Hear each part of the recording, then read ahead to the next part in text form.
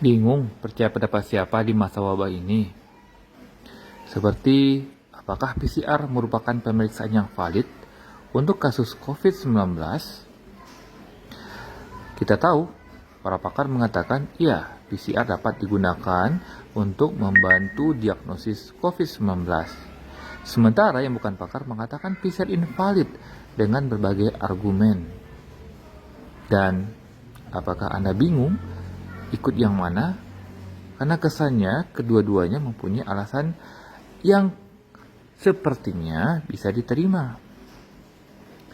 Baik, jawabannya ikutilah kata pakar atau ahlinya ya. Kenapa?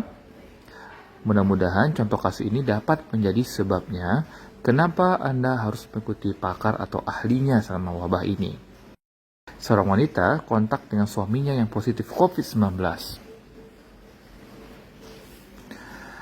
Suami wanita tersebut mengeluhkan lemas dan kehilangan tenaga sejak 1 minggu terakhir. Demam tidak terlalu tinggi. Dari ronsen parunya tampak bercak keputihan di paru kanan pasien atau infiltrat. Ini khas seperti suatu COVID. Saturasi pasien di bawah 95%. Suami wanita tersebut dirawat dan dilakukan swab antigen, hasilnya positif. Hasil swab PCR beberapa hari kemudian, pasien juga ditemukan positif. Karena kontak dengan suaminya, si ibu disarankan dokter untuk isolasi terlebih dahulu untuk kebaikan dirinya dan keluarganya. Beberapa hari kemudian, beliau mulai merasa tidak nyaman pada tenggorokan dan beliau pun disarankan untuk PCR. Sambil menunggu hasil PCR, beliau tetap mengisolasi diri dan mengkonsumsi multivitamin. Dan benar saja, gejala terasa semakin mengganggu dan swab PCR keluar dengan hasil positif. Batuk terasa semakin berat dan mulai disertai sesak nafas. Akhirnya si ibu dilakukan ronsen dada dan ditemukan adanya gambaran khas COVID-19 di paru kanan dan kirinya. Beliau segera dirawat. Di rumah sakit saturasinya alhamdulillah masih bagus dan segera mendapatkan obat-obat yang direkomendasikan untuk COVID-19. Alhamdulillah setelah beberapa hari rawatan keadaan beliau semakin baik. Atas izin Allah Subhanahu wa taala kemudian panduan ilmu kedokteran, beliau beserta suami terhindar dari COVID-19 berat. Dengan mengikuti protokol isolasi, beliau juga tidak menularkan kepada keluarganya. Inilah contoh bagaimana PCR secara akurat membantu diagnosis COVID-19. Dan kasus seperti inilah yang membedakan orang yang ahli atau pakar dengan orang yang berargumen sesuai prasangkaannya saja dengan sumber data yang minimal.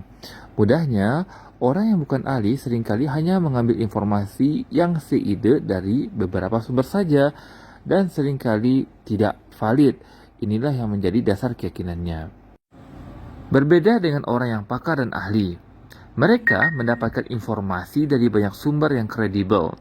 Selain itu, sebagaimana contoh kasus yang kita bacakan tadi, mereka mempunyai satu keunggulan, yaitu mereka melihat dan mendengar melalui pengalaman klinis dan aplikasi di dunia nyata, dan inilah yang menjadi sumber keyakinan atau argumen mereka.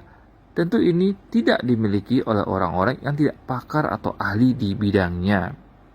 Sehingga inilah perbandingan antara orang yang pakar dan orang yang bukan pakar. Jika mau berpikir, seharusnya bukan keputusan yang sulit bukan untuk mengikuti pendapat siapa. Ada yang berkata, bisa saja orang yang pakar itu tidak jujur. Ya, mungkin. Akan tetapi kami katakan bahwa masih banyak orang-orang yang baik, jujur dan mengabdikan hidupnya untuk kepentingan orang banyak. Sehingga yang Anda butuhkan hanya berbaik sangka. Semoga bermanfaat ya. Assalamualaikum warahmatullahi wabarakatuh.